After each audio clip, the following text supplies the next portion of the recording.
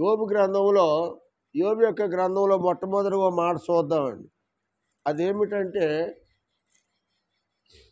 2వ అధ్యాయము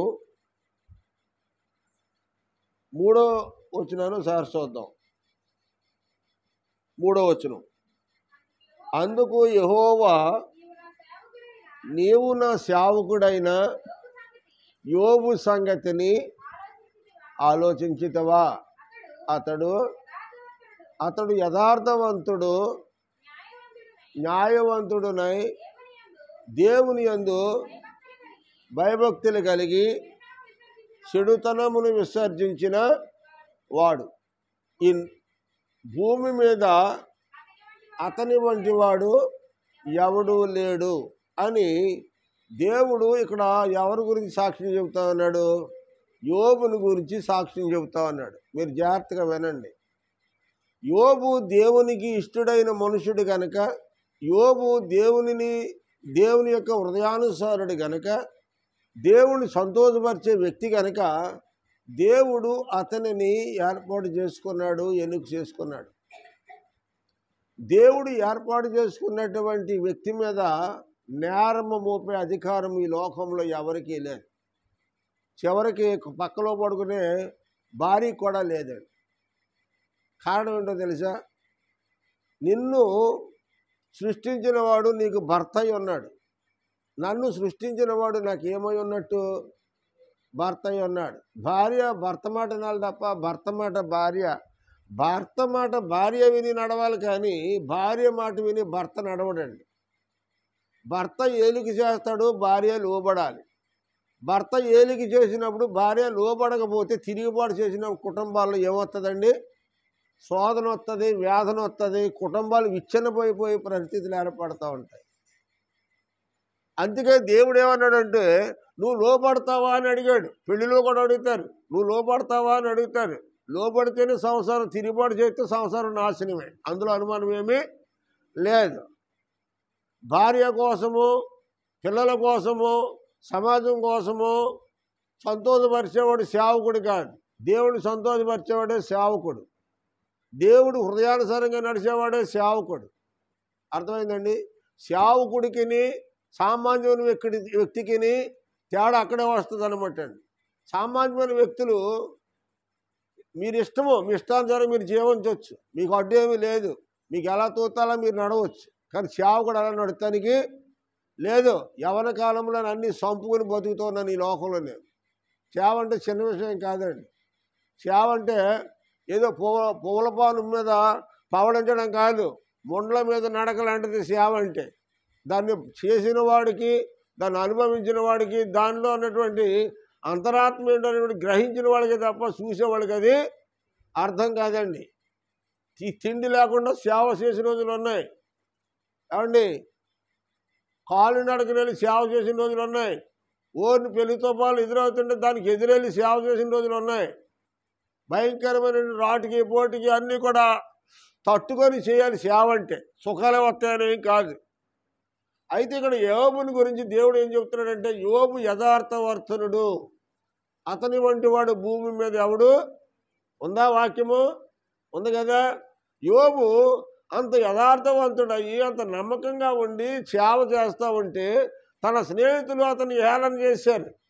నీవు యథార్థవంతుడిగా ఉంటే, నీవు నమ్మకస్తుడిగా ఉంటే నీకే ఈ శోధన ఎందుకు వచ్చింది? నీకే ఈ శ్రమ ఎందుకు వచ్చింది? యోబు ఏదో పాపం చేస్తుంటాడు, యోబు ఏదో బలమైన పాపం చేస్తుంటాడు. అందుకే వాడికి ఆ శ్రమలో, శోధనలు, ఇరుకులు, ఇబ్బందులు అన్నీ కూడా లేనిపోయిన రోగాలన్నీ ఆడికి వచ్చినాయి అని జాగ్రత్తగా గమనించండి. యోబు యథార్థవంతుడని చెబుతున్నాడు. యోబు స్నేహితులేమో యోబు ఏదో తప్పు చేశాడు, అందులో తగిన రోగం వచ్చిందని చెప్పి యోబు స్నేహితులు ముగ్గురు అంటున్నారు. ఇక్కడ మనం జాగ్రత్తగా గమనించవలసింది. స్నేహితులు ఎవడో ఏదో అనుకుంటున్నారనో, ఇరుగు పొరుగు వాళ్ళు ఏదో అనుకుంటున్నారనే సంగతి యోబుకి అనవసరం. తను నమ్ముకున్న దేవుడు తన గురించి సాక్ష్యం చెబుతున్నాడా లేదా, తన నమ్ముకున్న దేవునికి తను యథార్థంగా ఉన్నాడా లేదా, అది అతను చూసుకుంటున్నాడు తప్ప ఎవరేమనుకున్నా అతనికి ఏమీ బాధలేదు. ఎంతోమంది తిట్టవచ్చు, ఎంతోమంది పొగడవచ్చు.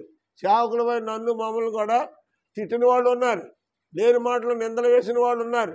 మనసుని గాయపరిచిన వాడు ఉన్నారు. అన్ని తగిన సేవలో దేవుడు తీర్పు తీరుతాడు. దాని గురించి కాదు, ఇలాంటివన్నీ అనుభవించి సేవలోనికి వచ్చాము.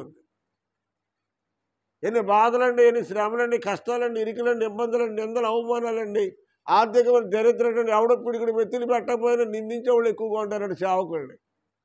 ఎవరయ్యా అంటే ఈ లోకంలో అతిగా మాట పడేవాడు సేవకుడే. గౌకుని ఏదైనా అన్నగా తిరిగి అంట కదండి, సేవకుని తిట్టడు కదా తిరిగి అని చెప్పి సేవకులు అంటే కొంత అలసం. ఈ విధంగానే యథార్థత కలిగినటువంటి యోబుకి శోధన వచ్చింది, శ్రమ వచ్చింది. అవకాశాన్ని బట్టి స్నేహితులు అతన్ని నిందించారు. బాగా గుర్తించినట్లయితే దేవుని దృష్టిలో యథార్థవంతుడిగా ఉన్నాడు. అంతగా అతనికి 7 మగబిడ్డలను 3 ఆడ సంతానాన్ని ఇచ్చాడు దేవుడు. శుభ్రంగా సమృద్ధిగా ఉంది. మీరు మొదటి అధ్యాయం 1 నుంచి 7 వచనాలు, 6 వచనాలు, 5 వచనాల వరకు మీరు చూస్తే యోబు యొక్క సంపద, అంత సంపద ఈ బైబిల్లో ఎవరికి కూడా లేనంత సంపద దేవుడు ఇచ్చాడు. ఎవరిని బట్టి ఇచ్చినట్టు? ఎవరిని బట్టి సంపద అమ్మా? యోబుని బట్టి దేవుడు సంపదనిచ్చాడు. దేవునికి స్తోత్రం, హల్లెలూయా. యోబుని బట్టి సంపదనిచ్చాడు దేవుడు. ప్రతి దినము కూడా వాళ్ళకి ఒక ఇందు భోజనం వల్ల అందరూ ఒకే చోట కూర్చొని ప్రతిరోజుని చక్కగా ఇందు భోజనం చేసేవారు, సంతోషంగా ఆనందంగా. వాళ్ళ జీవితాలు ఎలా సాగినాయి చూడండి. సంతోషంగా సాగింది, ఆనందంగా సాగింది. సాగిపోతున్నటువంటి సమయాన్ని సాతానుడు అనుకోకుండా ఏం చేశాడంటండి, యోబుని శోధించడం ప్రారంభించాడు. దేవుడు చెప్తున్నాడు కదా, యోబు వంటి మంచి వ్యక్తి ఎవరి లోకంలో లేరు. అతను యథార్థవంతుడు, యథార్థ వర్తనుడు, నమ్మకస్తుడు, దేవుని ఎడల భయభక్తులు కలిగిన వాడంటే అతనికి అన్నీ నీవు ఇచ్చావు కనుక అతను నిన్ను స్తుతిస్తూ ఉన్నాడు. అతనికి ఇచ్చిన నువ్వు తిరిగి తీసుకుంటే నీ ముఖం మీదే కాండ్రకించి ఉమ్మేస్తాడు అని సాతానుడు ఏం చేస్తున్నాడు, దేవుడికి ఎక్కబొడుతూ ఉన్నాడు. జాగ్రత్త గమనించాలి. సాతానుడు సంగతి దేవుడు ఎరగనివాడు కాదు. సాతానుడు ఏం చేస్తాడంటే ఎవరైతే దైవికంగా ఎదగాలని కోరుకుంటారో వాళ్ళ ఆత్మీయ జీవితాన్ని పతనం చేయడానికి సాతాను ఎవడో ఒకళ్ళని ఏర్పడిన ప్రతి కుటుంబంలో సైతాన్ని ఖచ్చితంగా ఉంటాడు. సాతానికి అనుకూలమైన వ్యక్తులు ఎవడో ఒకళ్ళు ఉంటారు ఖచ్చితంగా. దేవుని ఎంత దైవికంగా ఉన్నా సరే, ఎంత యథార్థతగా ఉన్నా సరే, అలాగే యోబు ఎంత యథార్థంగా ఉన్నా, అంత దైవభక్తి కలిగిన యోబు యొక్క కుటుంబంలో కూడా సాతాను ఒకళ్ళని ఏర్పాటు చేసుకున్నాడు. జాగ్రత్త గమనించండి. ఈ రోజున మా ఇంట్లో ఎవరు లేరంటే సాతాను సంబంధించిన అంటే వీళ్ళు ఖచ్చితంగా ఎవడో ఒకళ్ళు ఉంటారు. ఎవడో ఒకరి ద్వారా సైతాన్ని కార్యం చేస్తూ ఉంటాడు. నీ ద్వారానో, నీ భర్త ద్వారా కానీ, నీ భార్య ద్వారా కానీ, బిడ్డల ద్వారా కానీ, మనవల ద్వారా కానీ, మనవరాల ద్వారా కానీ, ఎవడో ఒకళ్ళ ద్వారా నీ ఇంట్లో ఖచ్చితంగా సాతాను తివాసం వేసి కూర్చుంటాడు. కారణం ఏంటంటే నీ ఇంట్లో అందరూ ప్రార్థన పరులు కాదు కనుక, నీ ఇంట్లో అందరూ యథార్థవంతులు కాదు కనుక, నీ ఇంట్లో అందరూ నమ్మకస్తులు కారు కనుక, ఎవరైతే అపనమ్మకంగా ఉంటారో, ఎవరైతే అనాలోచనగా ఉంటారో, అదే ప్రార్థన లేకుండా అలాంటి వాళ్ళని సాతానుగాడు ఏర్పాటు చేసుకుంటాడు. ఇలాంటి మంచి దైవభక్తి కలిగినటువంటి కుటుంబం, ఆశీర్వదించబడినటువంటి కుటుంబం, దేవుళ్ళు వర్ధిల్లుతున్నటువంటి కుటుంబం అనుకోని పరిస్థితుల వల్ల కొన్నిసార్లు మనకు కూడా ఆర్థికమైన ఇబ్బందులు వస్తాయి. వస్తాయా రావంటారు అమ్మా? అనుభవించేవాడు తప్ప అనుభవించినవాడు తెలదాం. ఆర్థిక ఇబ్బంది అంటే కూడా వీళ్ళకి తెలుసా? అరే ఈడెవడో, అరే పైకి లేవరా నువ్వు సరే పైకి లేవు. ఆర్థిక ఇబ్బంది అంటే ఏమన్నా తెలుసా నీకు? అరా ఆర్థిక ఇబ్బంది అంటే తెలుసా? తెలియదు. అరే నీకు తెలిసేట సత్యానందం నీకు తెలియదు. నష్టం నీకు తెలుసా? తెలియదు. ఆర్థిక ఇబ్బందులు అంటే వాళ్ళకి ఏం తెలుస్తాయా? మాట్లాడండి, వాళ్ళకి తెలియదు. కారణం ఏంటంటే ఆర్థిక ఇబ్బంది అంటే ఏంటో తెలియకుండా వాళ్ళ అమ్మ బాబు పోషిస్తున్నారు కాబట్టి బాధ అంటే ఏంటో వాళ్ళకి తెలియదు. అది ఎవడో తెలుస్తుంది? ఆర్థిక ఇబ్బంది అంటే వాడికి తెలుసు, చిన్న వయసు అయినా కానీ. పైన కూర్చొని చూడండి, మీ ఎదురుండి రాడు. ఈ పక్కన మయాన్ని కూర్చొని చూడండి, దీనికి తెలుసు, మళ్ళీ దీనికి తెలియదు. ఇంటి వద్దగా దీనికి వెళ్దాం, దానికి తెలుసు, ఆడికి తెలుసు. కారణం ఏంటంటే ఆర్థికమైన ఇబ్బందులు ఎదుర్కొన్న వాడికి తప్ప వయసుని బట్టి కాదండి. అది వయసుని బట్టి అర్థమవుతుందని కాదు, ఎదుర్కొన్న వాడికి మాత్రమే అర్థమవుతూ ఉంటారు. అలాగే శ్రమలు కష్టాలు అందరికీ చాలా కొందరికీ తెలుస్తూ ఉంటాయి. ఇప్పుడు యోబు యొక్క కుటుంబాన్ని మనం చూసినప్పుడు లోటుబాట్లు లేకుండా సంతోషంగా ఆనందంగా సాగిపోతున్నటువంటి కాలంలో అనుకోకుండా హఠాత్తుగా సాతానుడి యొక్క శోధన ఆ ఇంటి మీదకి వచ్చింది. దేవునికి స్తోత్రం. ఈ రోజున అనేక మంది కుటుంబాల్లో శోధనలు వస్తూ ఉన్నాయి. భర్తను బట్టి భార్యకు వస్తున్నాయి, భార్యను బట్టి భర్తకు వస్తున్నాయి, పిల్లల్ని బట్టి రావచ్చు, మనవరాన్ని బట్టి సంసారం పెరిగే కొలది ఏమొస్తాయమ్మా? శోధనల బాధలు ఎక్కువ అవుతూ ఉంటాయి. సంసారం పెరిగే కొలది కూడా శోధన కూడా పెరుగుతూనే ఉంటారు. వయసు పెరిగే కొలది కూడా బుద్ధి మాన్యత కలుగుతుందంట. వయసు పెరిగే కొలది జ్ఞానం పెరగదండి, బుద్ధి మాన్యత వస్తుంది అనమాట. వాళ్ళు ఏం మాట్లాడతారో తెలియదండి, ఇతరులను నోటి మాటలతో గాయపరుస్తూ ఉంటారు. బుద్ధి మాన్యత అంటారు దాన్ని. అంటే తెలివి తక్కువ మాటలు మాట్లాడి ఇతరులను గాయపరిచే మాటలు. అయితే ఇక్కడ యోబు యొక్క జీవితాన్ని మనం చూసినప్పుడు చక్కగా సాగిపోతున్న క్రమంలో అనుకోని విధంలో మయాన్ని శోధన వస్తే, ఆ శోధనలో వేదన వస్తే, ఆ వేదనతో పాటు తగని రోగం ఒకటి వచ్చిందంటాడు. దేవునికి స్తోత్రం. ప్రియమైన వారులారా, మీకు ఇక బాధ వచ్చినంత మాత్రాన్నే అతను ఏదో తప్పు చేసాడని ఆమె ఏదో తప్పు చేసేదాన్ని ఎప్పుడు కూడా అనకూడదండి. అలాగ అనితే కొద్ది రోజులు మనకు కూడా సంక్రమించవచ్చేమో అలాంటి వ్యాధులు. ఎవరైనా బాధలు పడుతూ ఉన్నప్పుడు వీడికి బలే రోగం వచ్చిందండి, లేదా బలే వ్యాధి వచ్చిందండి అనేటువంటి శోధనలతో కూడినటువంటి మాటలు మనం ఎప్పుడు కూడా మనకూడదండి. ఒకళ్ళని ఎప్పుడు ఏలిటి చూపించకూడదు. ఏమో రేపు పొద్దున మన పరిస్థితి ఎలా ఉంటుందో మనకి తెలియదు. ఈ యొక్క మధ్యాహ్న కాల సమయంలో ఈ యొక్క రెండవ యోబు గ్రంథం 2:9లో ఇలాగే సాగుతున్న సంసారం సాగుతూ సాగుతూ సాగుతూ హఠాత్తుగా ఇంట్లో ఏమొచ్చిందంటే ఆర్థికమైన ఇబ్బంది వచ్చింది. ఏమొచ్చిందమ్మా? ఆర్థికమైన ఇబ్బంది వచ్చింది. ఈ ఇబ్బందుల గురించి ఎన్నడూ ఎరగినటువంటి వ్యక్తి ఏం మాట్లాడుతుందో చూడండి. ఇక్కడ ఏం మాట్లాడుతుంది? 2:9లో చూడండి. అతని భార్య వచ్చి చూడండి, శోధన వచ్చేటప్పటికి ఉన్నంతకాలం శుభ్రంగా తిందే, బాగున్నంతకాలం శుభ్రంగా తిందే, అన్ని సక్రంగా జరిగినంతకాలం సక్రంగా ఉంది. ఇప్పుడు ఆర్థికంగా కొంత ఇబ్బంది వచ్చేటికి లోపలే వచ్చిందంటండి. చదువు.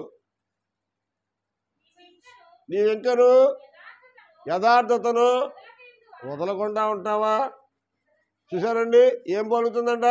నీవెంకను యథార్థత వదలకుండా ఉంటావా? ఒకప్పుడు యథార్థంగా ఉన్నావు, మంచిదే.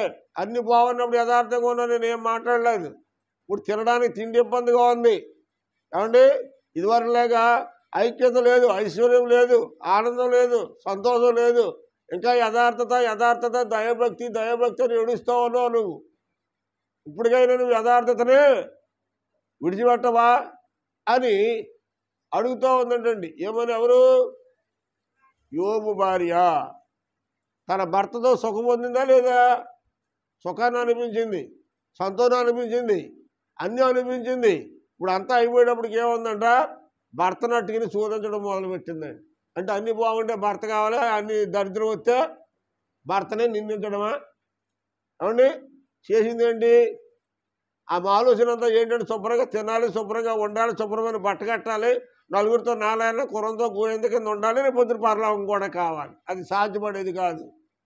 ఉంటే ప్రకృతి సంబంధంగానే ఉండు, లేకపోతే పర సంబంధమైనగా ఉండు, ఆత్మ సంబంధమైన వ్యక్తిగానే ఉండు, లేదా భూ సంబంధమైన వ్యక్తిగా ఉండు. అది ఇది కావాలంటే కుదరదా? దేవుడు అదే చూస్తూ ఉంటాడు. తగిన సమయంలో నువ్వు ఎక్కడ ఉన్నావు, ఎక్కడ కూర్చున్నావు దేవుడు చూస్తూ ఉంటాడు. ఇవాళ ఆదివారం ఆరాధన, నువ్వు ఎక్కడ కూర్చున్నావు దేవుడు ఆలోచిస్తాడు, దేవుడు చూస్తాడు. పలానా ఆదివారం వారం అంతా నీకు సుఖం ఇచ్చాను, సంతోషం ఇచ్చాను, అనవసరాలు ఇచ్చాను, నిన్ను నీ కుటుంబాన్ని పోషించాను. ఇవాళ ఆదివారం నా సన్నిధిలో ఉండవలసిన నీవు ఎక్కడికి వెళ్ళావని అడగడా ప్రభు? ఇవాళ సేవకుడు అడగపోవచ్చు, సేవకుడు అడిగితే కానీ సేవకుడు తిరిగిబడి చేయొచ్చేమో, కానీ రేపొద్దున దేవుడు నిన్ను అడిగే ప్రశ్న నీ దగ్గర సమాధానం ఉందా? 7 దినాలు నిన్ను దేవుడు కాసు కాపాడాడే, నిన్ను, నీ పిల్లలను, నీ కుటుంబాన్ని. మరి ఆదివారం నువ్వు ఏ పని పెట్టుకోవద్దన్నాడు కదా, ఆదివారం విశ్రాంతి దినమన్నాడు కదా, ఆదివారం పరిశుద్ధ దినం అన్నాడు కదా, ఆ దినాన్ని నువ్వు దేవుని మందిలో వద్ద దేవుడిని ఆశీర్వదించానన్నాడు కదా. మరి వారం అంతా కాసు కాపాడిన దేవుడిని ఆదివారమైన నువ్వు దేవుడిని ఆరాధించలేని దుస్థితిలో ఉంటే, దేవుడి కంటే ఈ లోకం నువ్వు దేనిలో ప్రేమిస్తూ ఉంటే, నీవైనా నేనైనా ఎవరమైనా దేవుని పిల్లలు అవుతామా? అవా. దేవుని కంటే నువ్వు దేనిని ఎక్కువ ప్రేమిస్తావు, దానికే వెళ్తావు. దేవుని కంటే ఎక్కువ దేని ప్రేమిస్తావు, దాన్ని చూస్తూ ఉంటావు. అన్నిటికంటే ఎక్కువ దేవుడిని ప్రేమిస్తే దేవుని సన్నిధిలోనే ఉంటావు నువ్వు. దేవుడు మొట్టమొదటి కార్యక్రమం చేసే దేవుడు. ఈరోజు నువ్వు బతికున్నావు, బట్టగట్టావు, సజీవంగా ఉన్నావు అంటే దేవుని కృప. నువ్వైనా నేనైనా సమాజంలో ఎవరైనా సరే నిన్ను బ్రతికించిన నీ దేవుడిని విడిచిపెట్టి నువ్వు ఎక్కడికి వెళ్ళిన ప్రయోజనం లేదు. దేవుడు చూడండి, కృతజ్ఞత లేని 9 మందిలోకి వెళ్ళిపోతే ఆ 9 మంది ఎక్కడున్నారని అడిగాడు దేవుడు. విడిచిపెట్టాడా? 10 మంది కుష్ఠరోగులు, 9 మంది ఎక్కడికి వెళ్ళిపోయారు? ఒక్కడే వచ్చారంటే సమాధానం లేదు. కృతజ్ఞత లేని కాకులు. దేవుడు మేళ్ళు చేస్తానన్నాడు, మన సాక్ష్యాలు చెప్పం. దేవుడు ఆశ్చర్యమైన కార్యాలు చేస్తానన్నాడు, మన సాక్ష్యం చెప్ప. కారణం ఏంటంటే సాక్ష్యం చెప్పడం మన నోటంట మాట రాదండి. లోక సంబంధమైన పెంటంతా మాట్లాడుకుంటాం, గంటల తరబడి మాట్లాడుకుంటానికి మనకి నోరులు వస్తాయి. కానీ దేవుని సన్నిధిలో వారమంతా దేవుడు చేసిన మేళ్ళకి మనం సాక్ష్యం చెప్పడానికి మనకి ఏమి రాదంటే దేవుని సన్నిధిలో మాట రాదు. దేవునికి స్తోత్రం.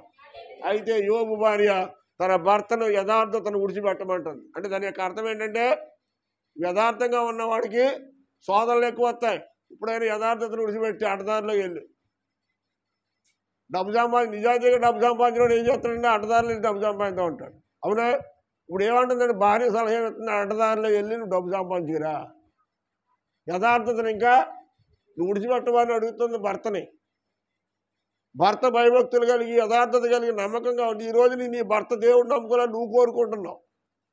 నీ భర్త దేవుడు నమ్ముకోవాలని నువ్వు కోరుకుంటున్నావు. నీ భర్త దేవుడిలో ఉంటే భార్య భర్త ఇద్దరు కలిసి దేవుని మందిరం కలిసి ఎంత బాగుందని నువ్వు ఏడుస్తున్నావు. కానీ భార్య భర్త దేవుడికి వస్తాడు. భర్తను ఏ విధంగా దేవుని భక్తికి దూరం చేయాలని చెప్పి భార్య చూస్తుంది. అలాంటి దౌర్భాగ్యురాలండి ఇది. యోబు భార్య ఎంత దౌర్భాగ్యురాలండి. యోబు భర్తగా దొరికినందుకు ఎంత ఆనందించాలి, ఎంత సంతోషపడాలి. ఒక దైవజనుడు భర్తగా దొరికినందుకు, ఒక దైవ సేవకుడు భర్తగా దొరికినందుకు ఆ భార్య ఎంతో సంతోషపడవలసింది పోయి ఏం చేస్తుందంట? యథార్థతను విడిచిపెట్టి పరసంబంధమైన ఆలోచనలు, పరసంబంధమైన తలంపులు విడిచిపెట్టి లోక సంబంధంగా బ్రతుకుతూ శుభ్రంగానే ఉన్నమాట శుభ్రంగా తినేసి, ఏమీ లేకపోతే ఆవిడ దగ్గరికి వెళ్ళి అప్పు తెచ్చుకుని ఒక్క ఊర తినేసి రోజులు గడిపిపోదాం అనేటువంటి దౌర్భాగ్యమైనటువంటి ఆలోచనలు ఈ రోజుని యోబు భార్య కలిగి ఉంది. అంటే ఇప్పుడు ఏం విడిచిపెట్టింది ఇవిడి? నువ్వు ఇంకా యథార్థతను విడిచిపెట్టవా అంటే ఆల్రెడీ ఇప్పుడు విడిచిపెట్టేసి కూర్చుంది. ఇక్కడ అర్థం మీకు అందరికీ. ఆల్రెడీ యథార్థతనే విడిచిపెట్టేసింది. విడిచిపెట్టేసి దాని భర్తను కూడా విడిచిపెట్టబడింది. ఈమె అడ్డదారిలో మాట్లాడుతూ, ఈయన అన్యాయంగా మాట్లాడుతూ, అక్రమంగా మాట్లాడుతూ తన భర్తకు కూడా నేర్పుతుంది నువ్వు కూడా అలాగే ఉండాలి అని. యథార్థవంతుడిగా ఉండొద్దు, నువ్వు నీతివంతుడిగా ఉండొద్దు, పరిశుద్ధుడిగా ఉండొద్దు, వక్ర మార్గాల్లో ప్రయాణం చేయి అని చెప్పి భర్త మంచి మార్గాలు ఉన్న భర్త యొక్క ఆత్మీయ జీవితాన్ని పాడు చేయడానికి శతవిధాల ప్రయత్నం చేసే భార్యగా యోబు భార్య కనపడుతుంది. మరి ఈరోజు నీవే భార్యగా ఉన్నావో, నీ భర్తకి ఎలాంటి భార్యగా ఉంటున్నావో నిన్ను నీవు పరిశీలన చేసుకోవలసిన వ్యక్తిగా ఉన్నావు. నీ భర్త రావాలి ప్రభువులో, కానీ నీ భర్త కోసం కన్నీరు కారుస్తున్నావా?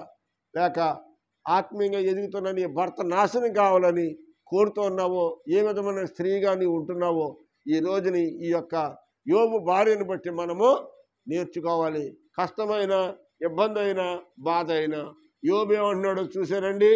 చూడండి, యోబుని గురించి దేవుడు చెబుతున్న మాట, అతడు యథార్థవర్తనుడు. 2:3 ఉంది కదమ్మా, ఏముంది? 2:3 ఏముంది? అతడు యథార్థవర్తనుడు, న్యాయవంతుడిగా ఉన్నాడు. న్యాయమే మాట్లాడతాడు తప్ప ప్రాణం పోయినా కానీ అబద్ధం ఆడ్డా. ఇక్కడ న్యాయంగా బ్రతుకుతున్నాడు నా సేవకుడు అని చెప్పి ఎవరు చెబుతున్నారు? దేవుడు చెబుతా ఉన్నాడు. ఈమె తన భర్తను ఏం చెబుతా ఉంది? నువ్వు యథార్థతను ఇంకా విడిచిపెట్టవా అని అడుగుతుంది. అంటే దేవుడు ఏమంటున్నాడంటే యోబు యథార్థంగా బ్రతుకుతున్నాడని యోబు సాక్ష్యం చెప్తే నువ్వు ఇంకా యథార్థతని విడిచిపెట్టవా? యథార్థతను విడిచిపెడితే దేవుడు ఎవరిని విడిచిపెడతాడు? అమ్మా, యోబుని విడిచిపెట్టేస్తాడు. బాగా గుర్తుపెట్టుకోండి. ఇప్పుడు యథార్థతను ఆమె విడిచిపెట్టేసింది. ఆమె విడిచిపెట్టేసిన భర్తను బట్టి ఆమె బతుకుతుంది. కానీ యోబు దేవుడిని పట్ల యథార్థత లేడనుకోండి, అప్పుడు దేవుడు కూడా యోబుని విడిచిపెట్టేస్తాడు. అంచేత తన భార్యనైనా విడిచిపెట్టుకోవడానికి ఇష్టపడ్డాడు, కానీ దేవుడిని విడిచిపెట్టుకోవడానికి ఇష్టపడలేదు. సేవ అంటే సేవకుడు అంటే అది. అంతేగాని కుప్పు గొంతులేసి పెళ్ళం మాటని పెళ్ళం చెప్పినట్టు వినేవాడు సేవకుడు కాదు, వాడు యాదవాడు. పెళ్ళం చెప్పినట్టు చేసేవాడు యాదవ కన్నాడు, సేవకుడు కాదు. ఎవడైనా సరే నేను చెప్తున్నాను ఖచ్చితంగా. ఈ మాటలు ఎంతో దూరం వెళ్తూ ఉంటాయి. దేవుని సేవకుడు యథార్థత కలిగి దేవుని పట్ల యథార్థత ఉండాలి. నీ పట్ల కాదు, సమాజం పట్ల కాదు, సమాజంలో నన్ను ఎవడం మంచోడని చెప్పుకోరు. నన్నే కదా సమాజంలో ఎవరిని చెప్పుకోరు. నువ్వు మంచి ఎవరికైనా మంచివా? నువ్వు ఎవరైనా మంచిగా చెప్పుకునేవాడు ఒకడున్నారు నీ గురించి? ఎవరు చెప్పరండి. నీ గురించి నా గురించి మంచిగా చెప్పుకునేవాళ్ళు ఎవరు లేరు. ఒకవేళ చెప్పుకున్నా 4 రోజులు చెప్పుకుంటారు, తర్వాత చెప్పుకోరు. తర్వాత చెప్పుకున్న నోటితో తిడతారు. ఇలాంటి ఎన్నో నేను అనుభవించి చెప్తున్నాను. నేను రాటుబోట్లకి అన్నింటికి తట్టుకునేవాడిని. నేను ఈ రోజుని దేవుని వాక్యంలో నవ్వులు పూసినటువంటి వాడిని. దరిదాపు 63 సంవత్సరాలు, దరిదాపు లేదంటే 40 సంవత్సరాల ఆత్మీయ జీవితంలో ఎదుగుతున్నవాడిని. ఈ రోజుని ఇంకా నేర్చుకోవాల్సింది ఎంతో ఉందనుకుంటా. నాకు అన్నీ వచ్చినాను అనుకోను. అన్నీ వచ్చిన అనుకున్నాడు మూర్ఖులు. ఏదో 3 ముక్కలు తెలిసి అన్నీ నాకే తెలుసు అనుకున్నాడు మూర్ఖులు అన్నాడు. యథార్థతను విడిచిపెట్టమంటుంది. అప్పుడు దారి మార్చుకో, నువ్వు యథార్థతను విడిచిపెడతావా లేదని అడుగుతాను. అప్పుడు దేవుడి సన్నిధిలో యథార్థవంతుడిగా దేవుడు ఉన్నాడు. ఆమెమో యథార్థతను విడిచిపెట్టి తన భర్తను కూడా విడిచిపెట్టమంటుంది. యోబు యొక్క గ్రంథాన్ని మనం జాగ్రత్తగా గమనిస్తే, యోబు గ్రంథము 2వ అధ్యాయము చూడము సారి 2:10 ఏముంది? అందుకు అతడు ఏమన్నాడు చూడండి, తనకు జవాబు. అందుకు అతడు మూర్ఖురాలు మాట్లాడినట్టు నువ్వు మాట్లాడుతూ ఉన్నావు. ఎవరిని అంటున్నాడు ఆ మాట? తన భార్యని అంటున్నాడు. మూర్ఖురాలు మాట్లాడుతున్నట్టు మాట్లాడుతున్నావు నువ్వు. ఎందుకని? నీవు యథార్థతను ఉడిచిపెట్టావు. యథార్థత లేదు నీ దగ్గర. నువ్వు అంతా వన్ సైడ్ మాట్లాడతావు. నువ్వు తరుపులు మాట్లాడతావు. నువ్వు ప్రకృతి సంబంధివి. ఈ లోక సంబంధంలో నువ్వు సంతోషపడే వ్యక్తివు. నువ్వు ఈ లోకానికి నువ్వు అందరికి ఇష్టమైనవైతే ఉండొచ్చు, కానీ నేను ఈ లోకంలో ఎవరికి ఇష్టత లేకపోయినా పర్వాలా, నేను నమ్ముకున్న నా దేవుడికి నేను ఇష్టడిగా ఉంటే చాలు. నేను నమ్ముకున్న నా దేవుడికి నేను యథార్థత కలిగి ఉంటే చాలు. నా దేవుడిని సంతోషపరచడానికి నేను సేవలోకి వచ్చాను, కానీ నిన్ను సంతోషపరచడానికి సేవలోనికి రాలేదు. మూర్ఖురాలు వలె మాట్లాడుకో. జాగ్రత్త సుమా. దేవుని సేవకుని కదా అని నువ్వు తక్కువగా అంచనేసావంటే సేవకుని యొక్క ప్రతి నింద కూడా దాని శాపంగా మారుతుంది. ఒకప్పుడు మోసే అక్క తమ్ముడే కదా అని చెప్పి నోటికొచ్చిన మాటలు మాట్లాడింది. దేవుడు ఏం చేశాడు? నా సేవకుని నిందించడానికి ఎందుకు నువ్వు త్వరపడ్డావు? ఎందుకు భయపడలేదు? వెంటనే దేవుడు మొత్తగానే ఆవిడ నొసడి మీద కుష్ఠరోగం బయలుదేరింది. తన సొంత అక్కని, తన సొంత తమ్ముడిని నిందించినందుకు దేవుడు ఊరుకోలేదు. భార్య నిందించిన, సంఘంలో నిందించిన, సమాజంలో నిందించిన, దేవుడి పక్షంగా సేవకుడి పక్షంగా కార్యం చేసి దేవుడే. కానీ కారణం ఏంటో తెలుసా? సేవకుడు తిరిగి నోట నీతో తిట్టడు కనుక, సేవకుడు నీతో తిరిగి మాట్లాడి తిట్టడు కనుక, నువ్వు అన్నమాట తిరిగి దేవుడు సేవకుడు అనడు కనుక, దేవుడు సేవకుడి పక్షంగా దేవుడు కార్యం చేస్తూ ఉంటాడు. ఎప్పుడు కూడా మర్చిపోకుండా. మీరు ఎవరినైనా తిట్టండి, కానీ సేవకుడిని తిట్టకండి. నన్నే కదా, ఏ సేవకుడిని అయినా సరే, ఏ సేవకురాలైనా సరే శాపాన్ని పొందుకుంటారు. అది ఒక్కదా రోజుతో పోయేది కాదు. అది దేవునికి స్తోత్రం. సేవకుని తిట్టడం అంటే అబద్ధ ప్రమాణం చేసి దాంతో సమానం. మనం చేసింది చేయలేదని అబద్ధం ఆడతాం చూసారండి. కొంతమంది ప్రమాణాలు చేస్తారు, అలాంటి దాంతో సమాధానం అంటాడు. ప్రమాదం. అబద్ధ ప్రమాణం అంటే 7 తరాలు తిప్పు కొడుతుందండి. చాలా జాగ్రత్తగా ఉండాలి. దైవజనులతో మాట్లాడేటప్పుడు, లేక మసీదుల్లో సాహిబ్ గారితో మాట్లాడేటప్పుడు, శివాలయంలో పంతులు గారితో మాట్లాడేటప్పుడు, సేవకులతో చర్చలో పాస్టర్ గారితో మాట్లాడేటప్పుడు, వీళ్ళు దేవుని ప్రతినిధులు కనుక, దేవుని పనిచేస్తున్న వాళ్ళు కనుక, నీకు ఇష్టమైతే వాళ్ళతో కలిసి ఉండు, లేకపోతే ఇడిపో. కానీ అలాంటి వాళ్ళని నువ్వు నిందించి అలాంటి వాళ్ళ గురించి చెడ్డ మాటల పాలైతే దాన్ని తిరిగి శాపాలు పొందుకునే పరిస్థితి ఏర్పడుతుంది. ఇవాళ రేపైనా సరే. దేవునికి స్తోత్రం. ఇక యోబు భార్య ఈ విధంగా నిందించింది. మోసే అక్క మోసేని నిందించింది. దేవుడు తిరిగి శాపం ఇచ్చాడు. ఈరోజు అంటున్నాడు, యోబు అంటాడు, నువ్వు ఎంతకాలం నాతో పాటు ఉన్నావు కదా, మన ఇద్దరు ఒకే కలిసి ఒకే కుండలో తిన్నావు, ఒకే కప్పు కింద ఉన్నావు, ఒకే మంచం మీద పండుకొని 10 మంది పిల్లల్ని కన్నావు కదా. దేవుడు నన్ను ఆస్వాదించిన ఆస్తి అంతా కూడా నువ్వు ఐశ్వర్యం అనుభవించావు. దేవుడు నాకు ఇచ్చిన సమస్తాన్ని నువ్వు కూడా అనుభవించావు నాతో పాటు. ఈరోజు నేను రోగాన్ని అనుభవిస్తున్నాను కదా, బాధలు అనుభవిస్తున్నాను కదా, నిందలు అనుభవిస్తున్నాను కదా. ఇవన్నిటినీ నేను పంచుకోమని నేను అడగలేదు కదా. కనీసం నువ్వు అలాగైనా ఉంటే సరిపోయేది. కానీ నీవు నన్ను ఆ నోటి మాటతో నా హృదయాన్ని నువ్వు గాయపరుస్తూ ఉన్నావు. ఎందుచేతంటే నీవు మూర్ఖురాలు వలె మాట్లాడుతున్నావు. ఎవరితో మాట్లాడుతుందంట? ఎలా మాట్లాడుతుంది? ఆమె యథార్థతను విడిచిపెట్టినటువంటి ప్రకృతి సంబంధమైన వ్యక్తి, భూ సంబంధమైన వ్యక్తి, దైవభక్తి లేని వ్యక్తి. దైవభక్తి లేని పాస్టర్ అమ్మ, దైవభక్తి కలిగిన పాస్టర్ గారికి వెళ్ళి సేవ చేశారనుకోండి ఎలా ఉంటుందో తెలుసండి? ఎలా ఉంటుందమ్మా? ఎద్దుకని గాడిదికి అరక్కడితే ఎలా ఉంటుందో అలా ఉంటుంది. ఎద్దుకి గాడిదికి అరకట్టాడంటే అరకడికి కావడం, ఎద్దుకి గాడిదికి అరకట్టాడు. ఆ రెంట్లు కరెక్ట్గా కుదురుతుందా? ఎదరికెళ్తే ఎద్దు పడుతుంది, వెనకొస్తే గాడి తన్నుద్ది. ఆడు అరకెలా ఉంటాడు, వ్యవసాయం ఎలా చేస్తాడు. అలాగే సేవకుడికి సరైనటువంటి ఊత ఇవ్వకపోయినా కనీసం నోరు కూర్చుని కూర్చుంటే సేవకుడు ఎదరికి వెళ్ళడానికి అవకాశము ఉంటుంది. కానీ యోబు భార్య ఏం చేసిందంటే సేవను ఆఫ్ చేయడానికి ప్రయత్నాలు చేసింది. కానీ యోబు ఎప్పుడు పొరపాటును కూడా అది యథార్థతను విడిచిపెట్టలేదు. మనం మేలు పొందాం కదా ఇంతవరకును, దేవుని యొక్క ఆశీర్వాదాలు పొందాం కదా, దేవుని ద్వారా మేలు పొందడానికి కానీ కీడు పొందడానికి మనం అర్హులం కదా అని అడుగుతున్నాడు. చదువమ్మా 10వ వచనం చూడు. మనము దేవుని వలన మేలు అనుభవించుదుమా, కీడును అనుభవింప తగదా అని నేను. మరి ఎంతవరకు మరి దేవుడు మేలు చేశాడే అంటే మేలు చేసినంతకాలం దేవుడు కావాలా? భర్త అన్ని పట్టుకొని శుభ్రంగా ఇంట్లో పెట్టినంతకాలం శుభ్రంగా కావాలా? అన్ని పోవాలా? మేలు అంతా ఆర్థిక ఇబ్బంది వస్తే కొండల బద్దలు కొడతావా? ఆర్థిక పరిస్థితి ఎదురవుతే చేతిలో 4 రూపాయలు లేకపోతే గొనుక్కుంటావా, సనుక్కుంటావా అంటే ముసలి సమయంలో నీరు కారినట్టు కారుతూ ఉంటాం 24 గంటల. సేవ అంటే శుభ్రంగా బరిగా తినేసి అయిందాన్ని కాందాన్ని కొనుక్కోవడం కదా సేవ అండి. అన్ని విధాలా అనుభవిస్తేనే సేవ. ముళ్ళ మీద నడక లాంటిది. ముళ్ళు మీద నడక ఏ టైం ముళ్ళు దిగితే ఎవరో తెలియదు. ఉంటే తినాలి, లేకపోతే సావాలంతే. అప్పు చేసుకుంటే ఎక్కడి నుంచి వస్తుంది సేవకుడికి?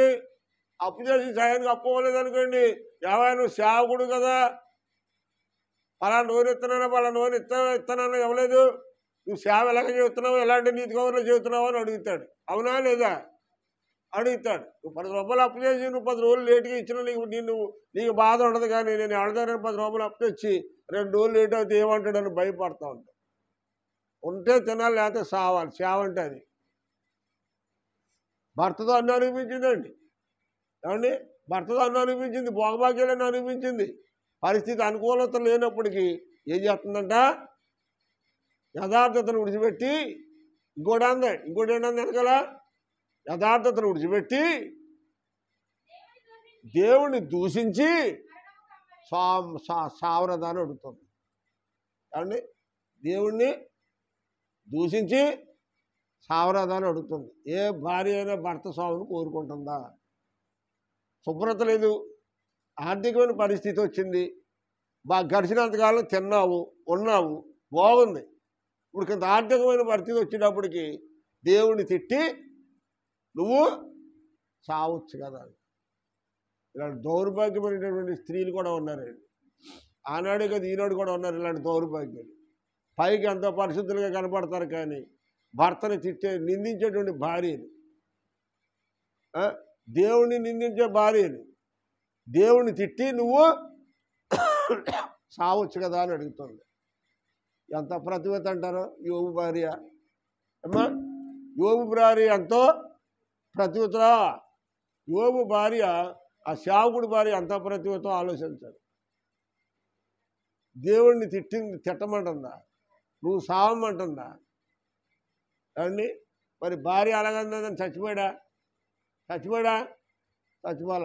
అందరూ విడిచిపెట్టేశారు. భార్య విడిచిపెట్టేసింది, పిల్లలు విడిచిపెట్టేశారు, స్నేహితులు విడిచిపెట్టేశారు. చివరికి ఒంటరిగానే పోరాడాడు, దేవునితోటే ఉన్నాడు. సమస్తం పోయిన దేవుడు మాత్రము విడిచిపెట్టలేదండి. సేవకుడి యొక్క జీవితం అది. సేవలోకి వచ్చినప్పుడు తీర్మానం ఉంటుంది, సేవలోకి వచ్చినప్పుడు ప్రమాణకం ఉంటుంది. బాప్తిసం తీసుకునేటప్పుడు ప్రమాణకం చేసి ఎలాగైతే 3వ రోజున మనం ప్రమాణకాన్ని మర్చిపోతామో అలా మర్చిపోతే సేవ కుదరదండి. కష్టమైన నష్టమైన అన్నింటిని భరించే సేవలోకి రావాలి. తిన్నా తినకపోయినా, ఉన్నా లేకపోయినా సేవ చేయాలి. ఒక పూట అమ్మ ఈ పూట రాత్రి అన్నం తినలేదు ఉపవాసంతో వచ్చాం, ఫస్ట్ నుండి వచ్చి ఈ పూట భోజనం ఆకలి అవుతుందని వాళ్ళని అన్నం పెడతారని అడుగుతాడు ఏ సేవకుడైనా? అడిగి తినేవాడు అడిగి తింటా ఉంటారు. ఇదే పరిస్థితి నా జీవితంలో సారెదురైంది. మీకు చాలాసార్లు చెప్పాను, చాలా ఆకలితో సువార్త ప్రకటిస్తున్నాను.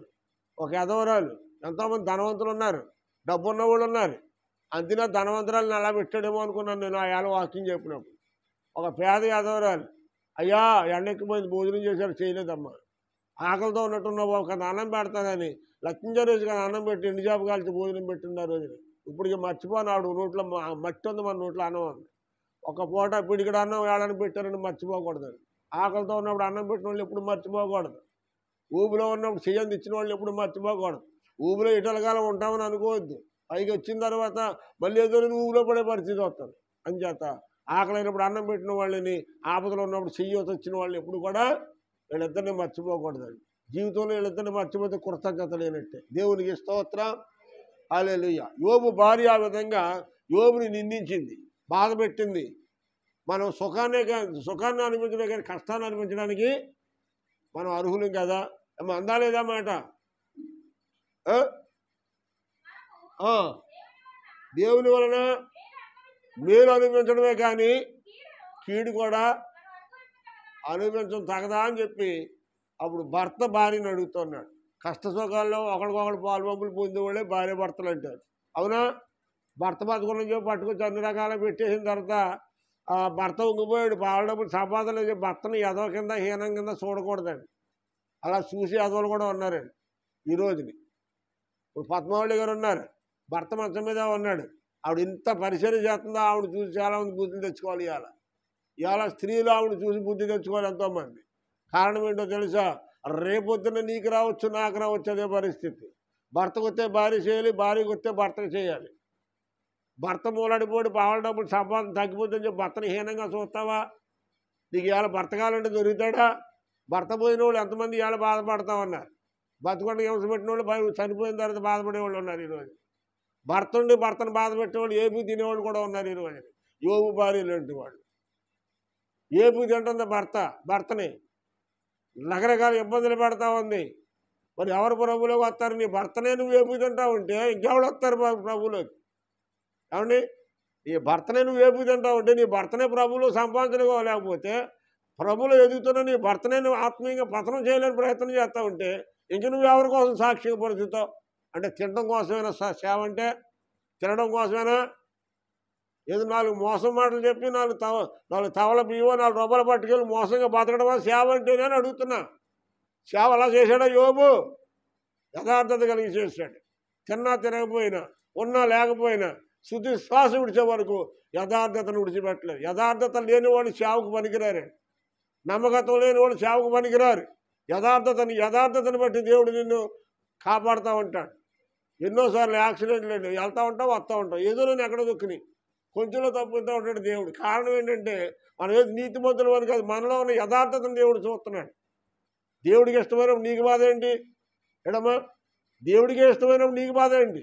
దేవుడికి ఇష్టమైన సేవ చేయించుకుంటున్నప్పుడు నీకు బాధ ఏంటి? యోబు భార్యకి బాధ ఏంటి? యోబుకి దేవుడికి ఇష్టమయ్యాడు, యథార్థవంతుడని ఆయన చెబుతున్నాడు. దేవుడిని తిట్టి సావచ్చు కదా అని చెప్పి ఇదంటాను. నా సేవకుడు యథార్థవంతుడని దేవుడు చెబుతా ఉన్నాడు. మంచి సాక్ష్యం చెబుతున్నాడు దేవుడు యోబుని గురించి.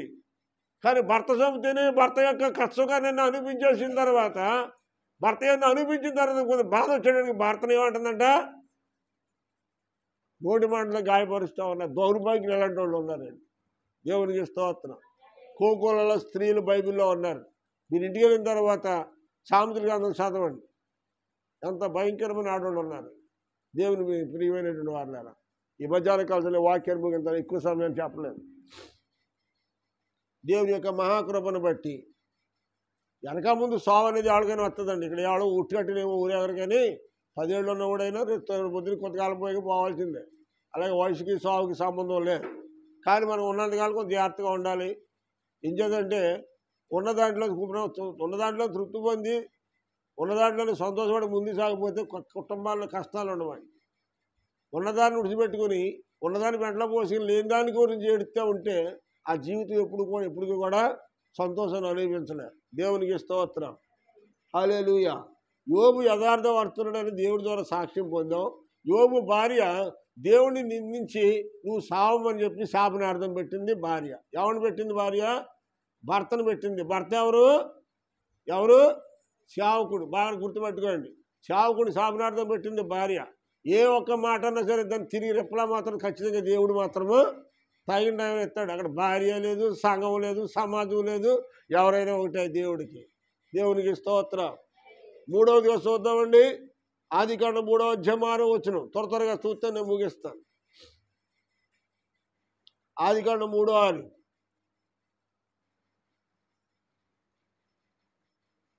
చూడండి.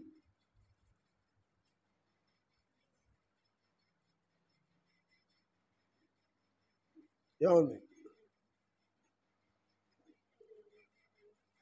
జేబా తలకాయ పైకి చదివితే బాగుంటుంది. నువ్వు భూలో తలకాయ పెట్టినా అక్కడికి వినపట్లేదు. చదవచ్చు నువ్వు చదవచ్చు కదమ్మా. నువ్వు బైబిల్లో ఉన్నవాడు తీసి చదవచ్చు కదా. ఎవరో చదువుతారని చూస్తారండి. చచ్చికలు ఒకవేళ రాదు చదవరా వాక్యం. ఎవరైనా వాక్యం చదవన్నప్పుడు చదవాలి. చదవగలిగిన వాళ్ళు రాళ్ళ కూర్చోకూడదు.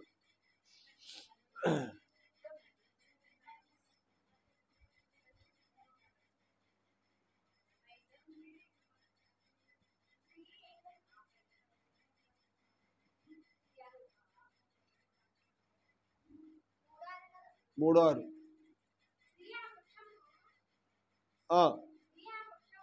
చదువు.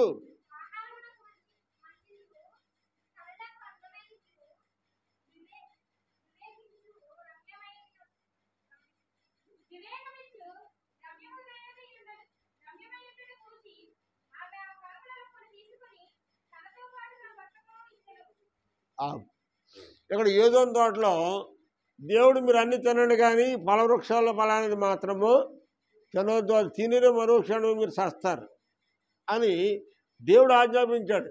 అది కంటికి ఏం కనపడుతుందంట? రమ్యంగా కనపడుతుందంట. చూడండి, రాయబడింది అక్కడ. కంటికి ఎలా కనపడుతుందంట?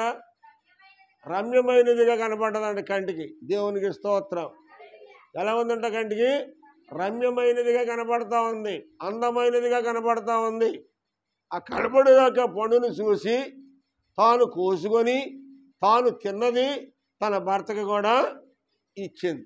అంటే తన భర్త యొక్క పతనానికి కారకురాలు ఎవరయ్యారు? భార్య అయ్యింది. మొట్టమొదట తను తీసుకుంది, తన కళ్ళతో చూసింది, నోటితో తింది, రమ్యముగా ఉందనుకుంది. తను తిని తాను చెడ్డది కాకుండా ఏం చేసిందంట? తన భర్తకు కూడా ఇచ్చింది. చదవండి అక్కడ. అతను కూడా తిన్నాడు. అప్పుడు వారిద్దరు కళ్ళు కూడా మూయబడిన నేత్రాలు తెరబడ్డాయి అంటాడు. తాను తిన్నది అంటే క్షేత్రం ఉంటుంది. తాను చెడ్డ కూతంట ఏం చేస్తుంది? వనమంతటిని చెరుపుతుందంట. ఎవడో ఒకళ్ళు ఉంటారండి, ఎవడో ఒకళ్ళు నేను మొత్తం అంతా నాశనం చేస్తూ ఉంటారు. ఏమండి? దేవునికి స్తోత్రం. హల్లెలూయా. ఆ ప్రియమైనటువంటి వారులరా, వెనకడు కావడానంట పెళ్ళిగాడు వంట చేయడానికి మాట్లాడుకున్నాడు. వంట చేయడం మాట్లాడుకున్నాడు, మొంతు అవుతాడు కానీ వంటలు మాత్రం చాలా బాగా చేస్తాడండి. వంటలు బాగా చేస్తాడు కానీ మొంతు అవుతాడు. అది అడిగినప్పుడు అలా డబ్బులు ఇవ్వాలి. మీరు ఎంత దాగినా సరే వంటలు కరెక్ట్గానే చేస్తాడు. ఆడు ఏం చేశాడంటే వంటలన్నీ సగపరంగా చేశాడు, మందుకు డబ్బులు అడిగాడు. ఇంకోటి ఏదో చేయాలన్నారో చేస్తాడు. మందు డబ్బులు అడిగితే మందు డబ్బులు ఇవ్వలేదని ఆడు పొయ్యండి తను కిరణాల డబ్బా ఉంటే 1 లీటర్ కిరణాల డబ్బా పట్టుకుని సాంబార్లో పోసాడంటే ఎవడో వంటలు చేసినోడే. కారణం ఏంటంటారా? ఆడు అడిగినప్పుడల్లా ఆ డబ్బులు ఇవ్వకపోవడం వల్ల అడిగి బాధ వచ్చేసేటంటే ఇప్పుడు పని చేసింది ఆవిండి కొన్ని 100 రూపాయలు ఉంటే ఇవ్వలేదని చెప్పి 1 లీటర్కి అందులో పోయేసి ఇంటికి వెళ్ళిపోవడం మీద మొత్తం ఆడు కంపు అయిపోయిందండి. తిన్నవాళ్ళు తిన్నట్టుగా వాంతులు చేసుకున్నారు. మొత్తం కులం జరిపేసాడండి. అలాగే అన్నీ చేసిన తర్వాత ఆఖరిని 1 లీటర్ అక్కలేదు, అంత సుక్క అందులో పడితే మొత్తం అంతా కూడా నాశనం అయిపోతుంది. అలాగే తాను చెడ్డ కోతి వనం అంతా చెడిపోయిందని చెడిన వాళ్ళు ఎలా చెడిపోయి ఏం చేయండి ఉన్నవాళ్ళు కూడా చెడిపోయేసి వాళ్ళు తయారవుతుంటారు. ఇది ఏం చేసిందండి? తిన్నది నోరు మూసి ఉరుగుడు వదిలిపోయారు. ఈ తిన్నది కాకుండా ఏం చేసి తన భర్తని యొక్క ఆత్మీయ జీవితాన్ని కూడా పాడు చేసిందండి. దేవునికి స్తోత్రం. హల్లెలూయా. ఈ రోజున మీరు చెప్పాలంటే మీ మీద మీ భర్తలు మెరుగు. కారణం ఏంటో తెలుసా? వాళ్ళు తాగుతున్నారు, మీరు తాగట్లేదు. వాళ్ళు తాగుతూ మిమ్మల్ని బలిమంది చేసి మిమ్మల్ని కూడా తాగమన్నారు అనుకోండి, వాళ్ళు చెడిందిగా మిమ్మల్ని చెడపట్టలేదు. వాళ్ళు మాత్రం ఏదో అందరూ మిమ్మల్ని మాత్రం తాగమని బలవంతం చేయడం అంచేత వాళ్ళు మంచోళ్ళు అండి. ఎవరి మీద మంచోళ్ళు? అవ్వమ్మ మీద ఆదాం ఏం చేయడం, అవ్వమ్మ చెప్పింది ఆదాం చేసి తాగేసాడు, తినేసాడు. అలాగే వాళ్ళు తాగుతున్నారు కానీ మిమ్మల్ని తాగమని బలవంతం చేయలేదు కాబట్టి మీ మీద వాళ్ళ మంచోళ్ళు. దేవునికి స్తోత్రం. హల్లెలూయా. వాళ్ళ తాగారు, వాళ్ళ చెడ్డారు కానీ మిమ్మల్ని చెడుగుతలేదండి. ఇప్పుడు ఈవిడేం చేశాడు, ఈవిడ తిని తన భర్తను కూడా చెడిపేసింది. బాగా గుర్తుపెట్టాడు. అంచేత వాళ్ళ మీద మనమే మెరుగు ఎంతో కొంత. అయితే ఈ మధ్యాహ్నకాల సమయంలో నా ప్రియమైన వారులారా, ఆదాము అవ్వని ఏదో తోటలో చూసినప్పుడు అవ్వమ్మ తన చేతులతో తన భర్త జీవితాన్ని నాశనం చేసేసిందండి. మరో చోట చూద్దామని రాజుల గ్రంథము 1 రాజులు 11వ అధ్యాయం 4వ వచనం. సొలొమోనుకి ఎంతమంది భార్యలు అమ్మా? సొలొమోనుకి ఎంతమంది భార్యలు?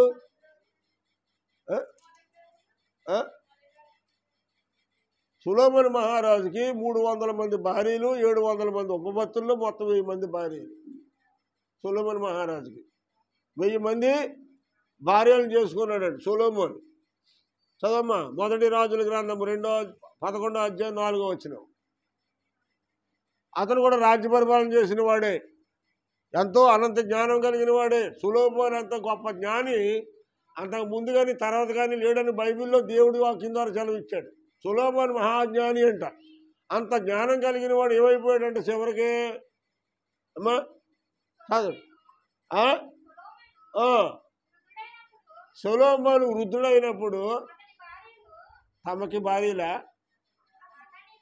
అది అతని భార్యలు అతని హృదయమును ఎవరి తట్టు? ఇతర దేవతల తట్టు త్రిప్పగా అతని తండ్రి అయిన దావీదు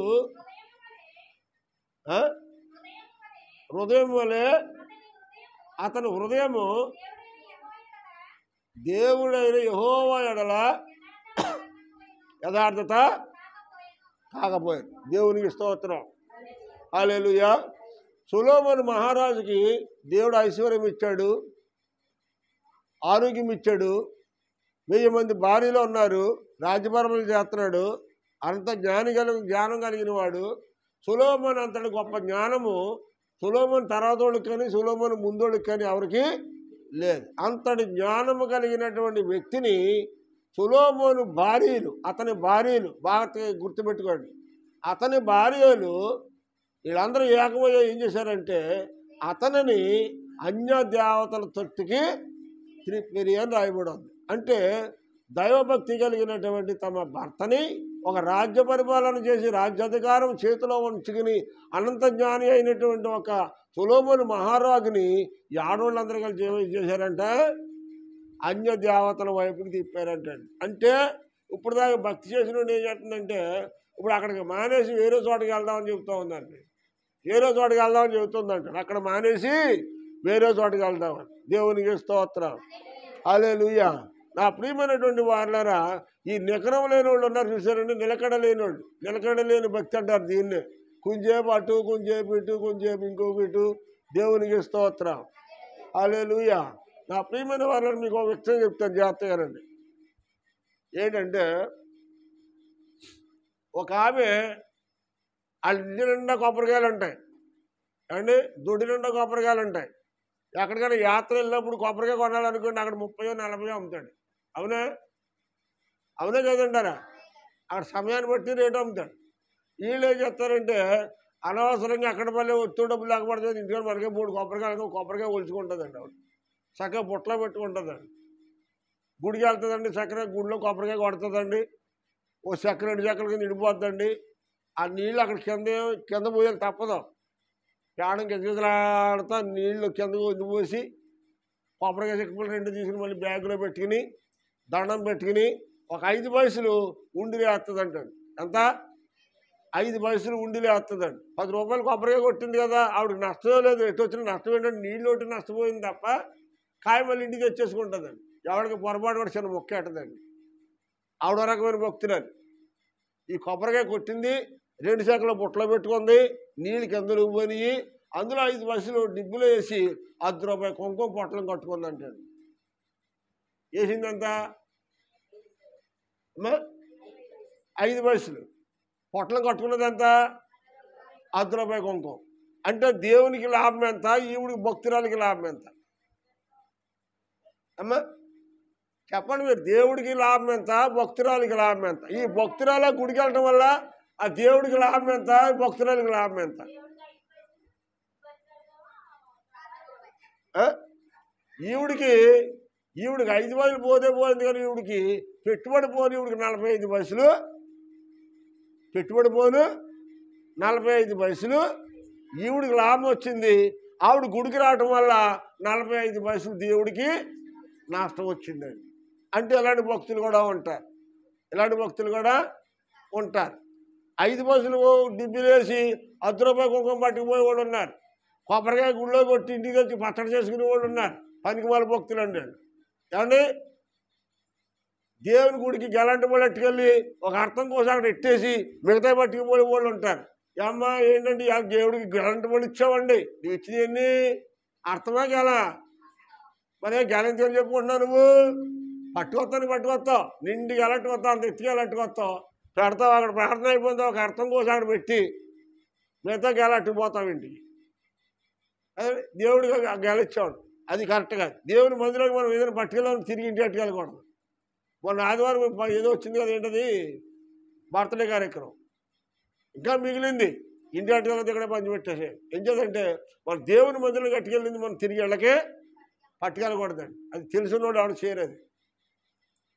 2-3 సార్లు సచ్చిగా అందే, దేవుని మందిరానికి ఇచ్చిన తిరిగి ఇంటి పట్టుకెళ్ళకూడదు. చిన్నపిల్ల అయినా దేవుని మందిరానికి ఇచ్చిన మురుక్కుబడి మనం తిరిగి ఇంటికి పట్టుకెళ్ళకూడదు. దేవుని మందిరానికి అంటే దేవుని మందిరానికే. ఇప్పుడు దేవుడికి గెలంటి పడు అనుకున్నావా, 2 గెలలు ఇచ్చుకో, ఒక గెల ఇంటి వాడు పెట్టుకో, ఒక గెల అక్కడ కట్టరా, ఈ గెల అక్కడ పంచిపెట్టేసుకో. ఇంటికి వెళ్ళిన తర్వాత నువ్వు గెలంటి పడి ఇచ్చావు కాబట్టి అందులో కోసిన తలనాటి పడి నువ్వు పంచిపెట్టుకో. అది దేవుడికి ఇచ్చిన లెక్క వస్తుంది అంతే. లేదనుకో అర్థం గెల కొనుక్కుని ఇంట్లో పెట్టుకో, ఒక అర్థం కోసుకొచ్చి దేవుని మందిరంలో ఇచ్చేసి ఇంటికి వెళ్ళగా పంచిపెట్టేసుకో, తప్పులేదు. కానీ దేవునికి అర్థం ఇచ్చి గెలొచ్చాననే అబద్ధం మాట్లాడరామండే, అది ఆడకూడదు. అంచేత దేవుడికి ఏమి ఇచ్చామో అదే చెప్పగలదు తప్ప ఎంత ఇచ్చా అంత ఇచ్చామని చెప్పకూడదు. దేవుడు చెప్తాడు, ఈ చేతుడు ఇచ్చిందో చేతి తెలియకూడదు అంటున్నాడు. ఈ యొక్క మధ్యాహ్న కాల సమయంలో వాక్యాన్ని ముగిస్తాను. సొలొమోను మహారాజు భార్యకి అంతమంది భార్యలు ఉన్నప్పుడు కూడా చివరికి ఏం చేశారంట, అన్య దేవతల వైపు తిప్పేశారండి. వాళ్ళు ఆరాధించే దేవుడి వైపు తిప్పేశారు, వాళ్ళు నడిచే మార్గం వైపు తిప్పేశారు. గొప్ప జ్ఞానం కలిగిన వాడే కానీ చూడండి, చెప్పగానంట బ్రహ్మకు కూడా దెబ్బ తెగులు పడుతుందంట. అలాగే కొంత రోజులకి అంత జ్ఞానం అయిపోయాడు, జ్ఞానహీనుడు అయిపోయి తన భార్య ఏమైతే చెప్పాడో దాని ప్రకారంగా నడిచి విగ్రహాల వైపుకి మళ్ళీపోయాడండి. యథార్థతను విడిచిపెట్టేశాడు, భక్తిని విడిచిపెట్టేసి చివరికి ఏం చేశాడు, తన భార్యలు తమ భర్తని అన్య దేవతల వైపుకి మళ్ళించేసుకున్నారండి. వీళ్ళు ఒక రకమైనటువంటి స్త్రీలు. దేవునికి స్తోత్రం, హల్లెలూయా. ప్రియమైన వారులారా, భార్య భర్తలు ఇద్దరు కలిసి చక్కగా గుడికి వెళ్ళారని పూర్తి చేసుకోవాలి. నేను ఒక ఆవిడ అంటున్నారు, అయ్యే వాళ్ళు గుడికి వెళ్దాం అనుకుంటున్నారండి. ఏం గుడికి వెళ్తారండి అంటే, ఏ గుడికో ఇంకా నన్ను ఎకరం లేదు కానీ మొత్తం ఏదో గుడికి వెళ్తాము అన్నారు. ఏ గుడికి వెళ్తాము ఎకరం లేదు కానీ ఏదో గుడికి వెళ్తాము అన్నారు. దేవునికి స్తోత్రం, హల్లెలూయా. అయిచేదంటే వాళ్ళు యేసుబాబు గుడికి వస్తారు, రామాలయ గుడికి వెళ్తారు, వెంకన్నబాబు గుడికి వెళ్తారు, ఎన్ని గుళ్ళు ఉన్నాయి అన్ని గుడికి తిరుగుతూ ఉంటారు. ఇంకా ఆడు ఇదేం లేదు. ఈ మేకలు చూడండి ఎలా తిరుగుతూ ఉంటాయి, అటు ఆ గుంట మీద ఈ డొంక మీద. కానీ అలా మేకలాగా ఏ డొంక ఉంటే నాకు పరిగెట్టేటువంటి వాళ్ళు మేకలు సోదరులు చేస్తారు. గొర్రెలను ఏం చేశాడంటే కాపరి ఎక్కడ మేపితే అక్కడ ఉండేది గొర్రెలు. అంచేత గొర్రెలకి మేకలకి తేడా ఉంటుంది. ఒకే మందలో గొర్రెలు ఉంటాయి, మేకలు ఉంటాయి. అలాగే ఒకే సంఘంలోనూ నమ్మకంగా ఉండేవాళ్ళు ఉంటారు, అపనమ్మకంగా ఉండేవాళ్ళు కూడా ఉంటారండి. అపనమ్మకంగా ఉండేవాళ్ళు కూడా ఉంటారు. పాలు చెడ్డ కొద్ది 100 చెడ్డట్టు పోయి ఎవడో ఒకళ్ళిద్దరంతా గొడవలేదు, మొత్తం లొంగట్టి తీసుకుపోతారండి. పలానా చోటుకి వెళ్తారండి, అక్కడికి వెళ్తారండి, ఇక్కడికి వెళ్తారు, సంఘాలు నాశనం చేస్తూ ఉంటారండి. ఇలాంటి చేదైంది కొంతసార్లు మొత్తం అంతా నాశనం అయిపోవాలి. అలాగే ఇప్పుడు ఏం చెప్తున్నామంటే చివరికి వచ్చేటప్పటికి యోబు యొక్క భార్య యోబుని గురించి మాట్లాడుతుంది. మన సుఖమే కానీ కష్టానే కానీ కష్టం అనిపించినా నువ్వు అర్హురాలు కదా అంటున్నాడు. భార్య భర్తలు అన్న తర్వాత సుఖం అనిపించాలి, కష్టం కూడా అనిపించాలి. భార్య భర్తలు ఇద్దరు కలిగి గంజ ఉంటే కలిగి గంజ వేసి తినాలి, మాంసం కూడా ఉంటే మాంసం కూడా తినాలి. ఏది ఉంటే అది వేసి తిని ముందుకు నడిచేది సంసారం. కానీ అన్ని బాగుంటే సంసారం చేసేది ఏమి లేకపోతే కొండల బట్టలు కొట్టేది అది కాదండి. కొండల బట్టలు కొట్టేది పనికి మాలిది, కొండల బట్టలు కొట్టేది అత్తమాను సొల్లు గార్చేది పనికి మాలిది అవుతుంది. కాబట్టి భర్తకి ఇల్లు లేకుండా చేస్తుంది, సమాజంలో కూడా ఇల్లు లేకుండా పోతుంది చివరికి. ఇలాంటి దౌర్భాగ్యమైన ఆడవాళ్ళు ఉన్నారు. కాబట్టి ఆఖరికి ఇంకో మాట చెప్తాను నేను. ఇంకోటి చూడండి, యోబు గ్రంథం 1:8. చూడము త్వరగా. యోబు 1:8. అందుకు యెహోవా నా సేవకుడైన యోబు సంగతి ఆలోచించితవా? అతడు యథార్థవంతుడు, న్యాయవంతుడినై దేవుని యందు భయభక్తులు కలిగి చెడుతనమును విసర్జించిన వాడు. దేవునికి స్తోత్రం, హల్లెలూయా. దేవుని ఎడల భయభక్తి కలిగినటువంటి వ్యక్తి దేన్ని విడిచిపెట్టాలంటండి? దేన్ని విడిచిపెట్టాలమ్మా? చెడుతనమును విడిచిపెట్టాలి. చెడుతనం అంటే చెడ్డ తలంపులు, చెడ్డ ఆలోచనలు, ఏమంటే దేవునికి విరోధమైనవి, దేవునికి వ్యతిరేకమైనవి, వాటన్నిటినీ కూడా విడిచిపెట్టుకొని దేవునికి ఏది యథార్థత కలిగి ఉంటుందో, ఏదో నమ్మకంగా ఉంటుందో, దేవునికి అనుకూలమైంది, ఇష్టమైంది మనం చేసుకుంటూ ముందుకు సాగిపోవాలి. దాన్ని మనకు నచ్చినట్టుగా, మనకు తోసినట్లుగా మనం చేసామనుకోండి, అది మనకి ఎంత మాత్రం ఉపయోగకరంగా ఉండదు. అందుకే దేవుడు అంటున్నాడు, నీవు ఈరోజు నువ్వైనా నేనైనా ఎవరమైనా మనము దేవుని ద్వారా సాక్ష్యం పొందగలుగుతున్నామా? సాక్ష్యం సంపాదించుకుంటున్నామా? లేకపోతే మనుషుల ఎదుట నీవు మంచి వ్యక్తిని అనిపించుకుంటున్నావా? మనుషుల ఎదుట మంచి వ్యక్తిని అనిపించుకుంటే దానివల్ల ప్రయోజనం లేదు. కానీ మనుషులు నిన్ను దూషించినా పర్లేదు, తిట్టినా పర్లేదు, కొట్టినా పర్లేదు, దేవుని ఎదుట ఈయన నా ప్రియకుమారుడు అని ఎలాగైతే తన తండ్రితో సాక్ష్యం పలికించుకున్నాడో, అదేవిధంగా యోబుని గురించి భూమి మీద ఇలాంటి వ్యక్తి మరి ఎవరు కూడా, నరులలో ఎటువంటి వ్యక్తి ఎవరు లేడు. అతను యథార్థవర్తనుడు, నయడల భయభక్తులు కలిగిన వాడు. అంతేకాదు చెడుతనమును విసర్జించాలి. చెడుతనాన్ని విసర్జించకుండా బైబిల్ ఎట్టుకుని భక్తి చేస్తున్నానంటే కుదరదండి. చెడుని విడిచిపెట్టాలి, చెడు తలంపులు విడిచిపెట్టాలి, చెడు ఆలోచనలు విడిచిపెట్టాలి. ఇతరుల నాశనాన్ని ఎప్పుడు మనం కోరకూడదు. ఈ చేతనైతే అక్కడికి పక్కడికో గుప్పుడు మీద పెట్టు, లేదా నోరు మూసి కూర్చో. అంతేగాని ఒకడు పట్టుకుంటే పనులు చేయకూడదు. నువ్వు పెట్టకపోయినా పర్లేదు, ఇంకో చోటుకి ఎక్కడికి వెళ్ళి అడుగు తెచ్చుకుంటాడు, కనిపించంటాడు. నువ్వు పెట్టకపోగా ఎవడో పెట్టిందని కూడా వాడు చేయకూడదు. నువ్వు సాక్షిగా ఉండు. ప్రభు కోసం నువ్వు ఒక మనిషిని తీసిరా. ఒకవేళ నువ్వు తీసిరాలేకపోయినా పర్లేదు, కానీ వచ్చే మనిషిని పాడు చేసే వ్యక్తిగా ఉండకూడదు. దేవునికి స్తోత్రం. నువ్వు తీసిరాపోయినా పర్లేదు, కానీ వచ్చే వ్యక్తిని రాకుండా మాత్రము చెయ్యకూడదు. దేవునికి స్తోత్రం. అంచేత దీంట్లో మనం విడిచిపెట్టవలసింది ఈరోజు 4 లక్షణాలు కనపడుతున్నాయి.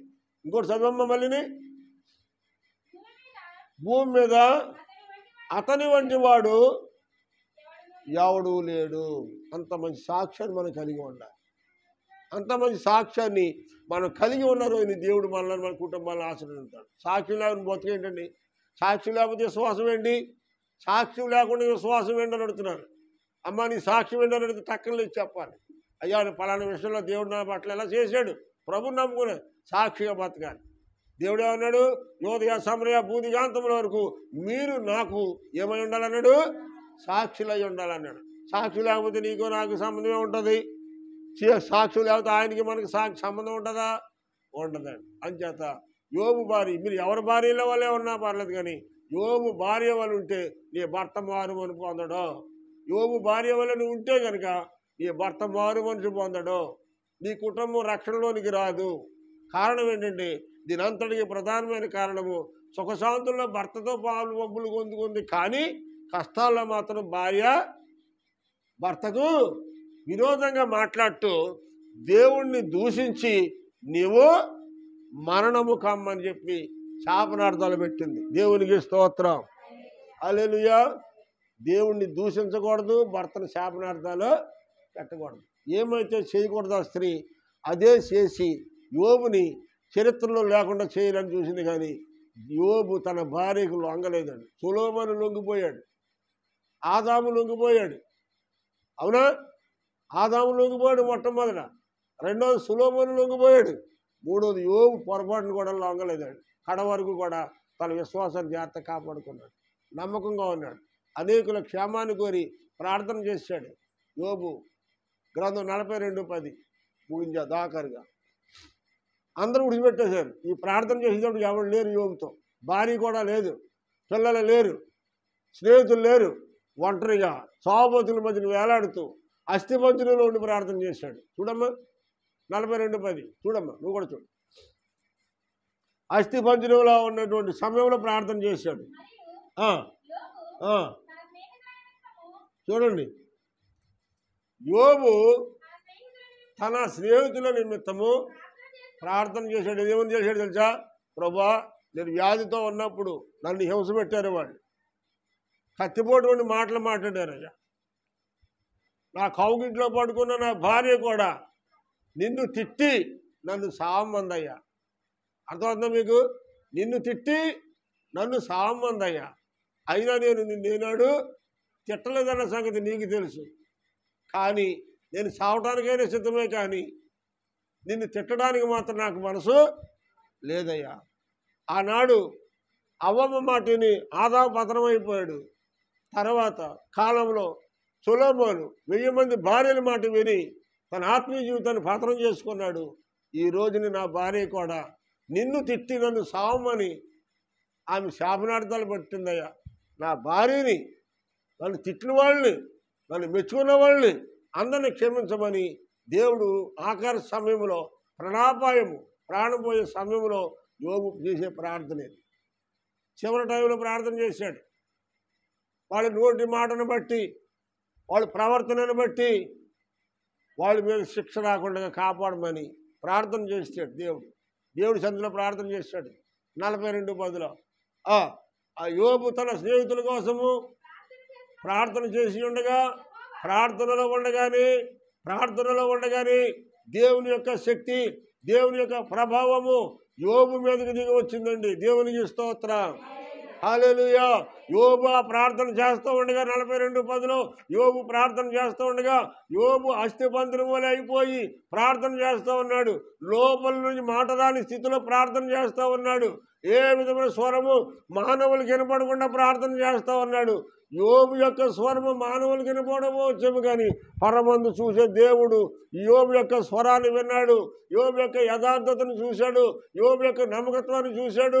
యోబు భూమి మీద యోబు వంటి వాడు ఎవడు లేడని చెప్పి యోబుని గురించి సాక్ష్యం ఇచ్చి, ఇన్ని పరిస్థితులు ప్రతికూలమైనప్పటికీ, భార్య ప్రతికూలమైన, పిల్లలు ప్రతికూలమైన, సమాజంలో అందరూ ప్రతికూలమైపోయినా, ఎవరైతే శాశ్వతం అనుకున్నాడో, ఎవరి కొరకైతే తన జీవితాన్ని అంతా త్యాగం చేశాడో, చివరి టైంలో అందరూ అతను విడిచిపెట్టేసిన ఒంటరిగా ఏకాంతంగా ప్రభు సన్నిధిలో ప్రార్థన చేస్తున్నప్పుడు అదే సమయంలో పరలోకములో నుండి యోబు మీదకి గొప్ప ప్రభావం దిగి వచ్చింది.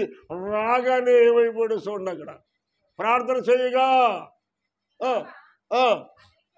అతని క్షేమస్థితిని మరలా అతనికి దయచేశాడు. దేవునికి స్తోత్రం, హల్లెలూయా.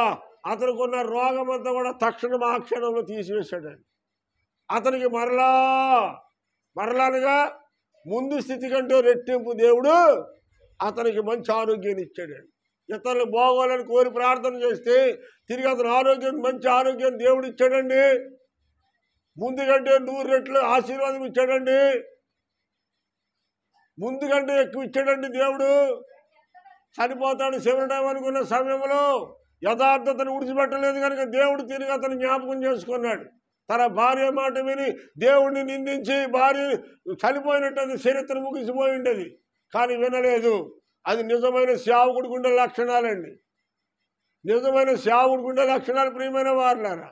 ఈ మధ్యాహ్న కాల సమయంలో నిజమైన దేవుడిని నమ్ముకున్న నీవు, యథార్థవర్తనుడు యోబు, నీవు కూడా యథార్థంగా ప్రార్థన చేస్తే నీ భర్త మారడా?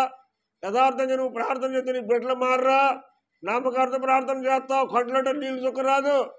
పొడి ముక్కల ప్రార్థన చేస్తావు, ఎంతకాలం చూసినా కన్నీరు రాదు, మోకాళ్ళు వంగవు.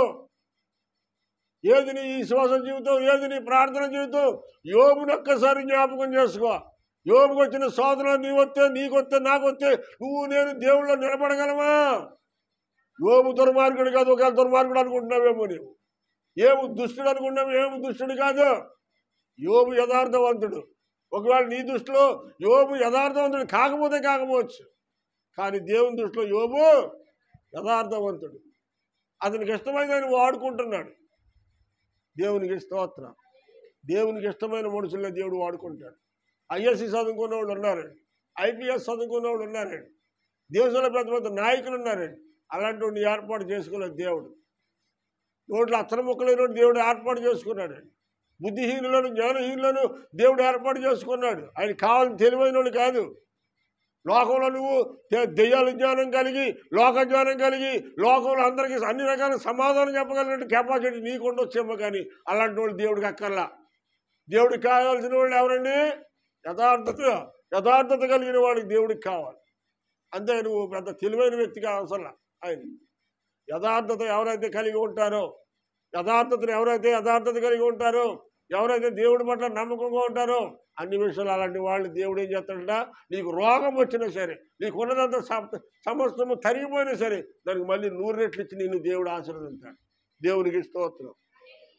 100 రెట్లు దేవుడు నీకు ఆశీర్వాదం ఇచ్చి దీవెంతాడు. అంచేత ప్రియమైన వాళ్ళారా, ఈరోజు మన కుటుంబం అంతా రక్షించబడాలంటే భార్య మంచి భార్య అయి ఉండాలి. సేవకుడికైనా, ఒక అంజనాలకైనా, ఒక విశ్వాసికైనా, ఎవరైనా సరే కుటుంబం ప్రశాంతంగా ఉండాలంటే భార్య కరెక్ట్గా ఉంటే కుటుంబం ప్రశాంతంగా ఉంటుంది. దేవునికి స్తోత్రం.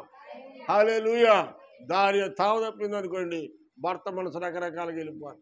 దేవునికి స్తోత్రం. హల్లెలూయా.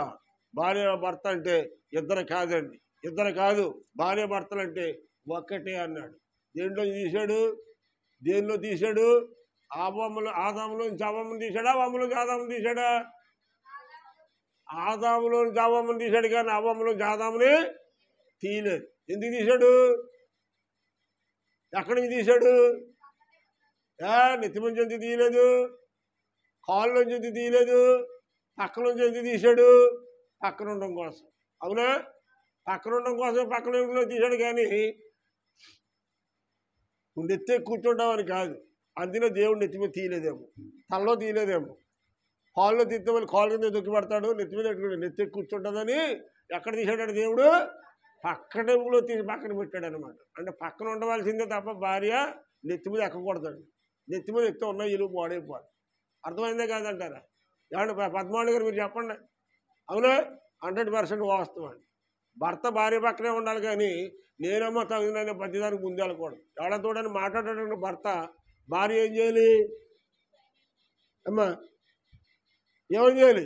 మౌనంగా ఉండాలి. భర్త ఇతర వ్యక్తితో మాట్లాడుతున్నప్పుడు భార్య మాట్లాడకూడదు. గురువు శిశువుతో మాట్లాడుతున్నప్పుడు, గురువు ఇతరులతో మాట్లాడుతున్నప్పుడు శిశువుడు మాట్లాడకూడదు. అంటే మా గురువు గారు మాట్లాడుతున్నప్పుడు నేను మాట్లాడితే నా గురువు గారిని అవమానపరిచినట్టు ఉంటుంది. భర్త ఇతరులతో మాట్లాడినప్పుడు భార్య కలగజేసిన భయాన్ని దూరిందనుకోండి, భర్తనే అవమానపరిచినట్టు. అర్థమైందా? ఇప్పుడు భార్య ఏం చేసింది? భర్తను అవమానపరచాలని చూసింది, కానీ చివరికి అవమానాలు పాలయ్యి ఈవిడే పక్కన ఉన్న వాళ్ళ పరిస్థితి ఏర్పడింది. అంచేత దేవుడు ఒక స్థానాన్ని ఇచ్చాడు. ఆ స్థానం ఏంటంటే పక్కనుండే స్థానాన్ని పాడు చేసుకున్నాం అనుకో, దూరంగా వెళ్ళామనుకో, బతికెందుకు పనికిరాదు. అవునా కదంటారా? భార్య స్థానం ఎక్కడుంది? మాట్లాడలేదు మీరు మళ్ళీ, పక్కనే ఉంది. ఆ పక్కనున్న స్థానాన్ని పాడు చేసుకుంటే తిరిగి నీ జీవితంలో నువ్వు సంపాదించుకోవాలి. ఏదైనా సంపాదించుకోవచ్చేమో, కానీ పక్కనున్న స్థానాన్ని నువ్వు పాడు చేసుకుంటే కనుక జీవితంలో మళ్ళీ నువ్వు సంపాదించుకోవాలి. దేవునికి స్తోత్రం. హల్లెలూయా. ప్రియమైన వాళ్ళారా, మనుషులు ఇరిగిపోతే ఇది పర్లేదు, కానీ మనసులు ఇరిగిపోయినాయి అనుకోండి, మనుషులు కలుసుకోవడం కష్టం అవుతుంది. మనసు ఇరిగిపోకుండా చూసుకోవాలి.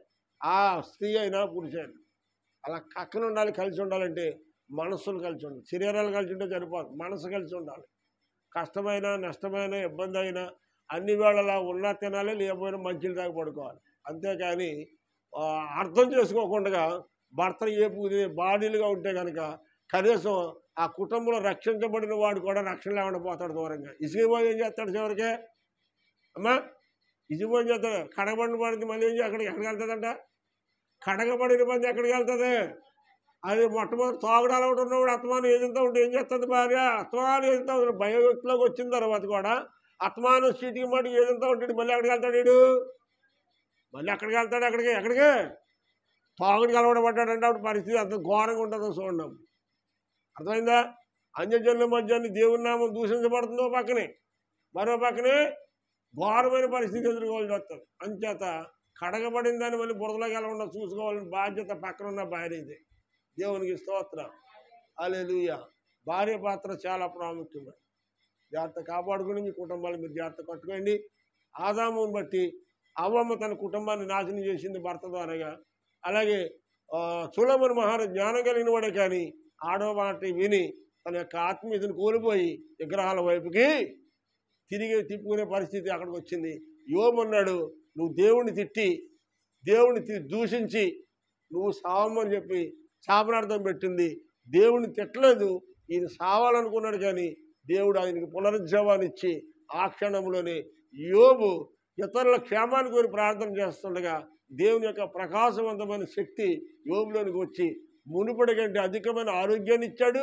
మునుపటి కంటే అత్యధికమైన ఆశీర్వాదాలు కూడా దేవుడు తిరిగి అతనికి 7 అంతలు దయచేశాడు. అలాంటి కృప మనందరికీ కావాలంటే యోబు భార్య వల్లే కాదు కానీ యోబు ఎలాంటి యథార్థత కలిగి ఉన్నాడో అలాంటి యథార్థత మనం కలిగి ఉంటే యోబు కుటుంబాన్ని ఆశీర్వదించిన దేవుడు మన కుటుంబాన్ని కూడా ఆశీర్వదించాడు. అలాంటి పరిస్థితి, అలాంటి కృప పరిశుద్ధాత్మ దేవుడు మనందరికీ మెండుగా దయచేయనుగాక. ఆమేన్. God bless you. అందరికీ వందనాలండి.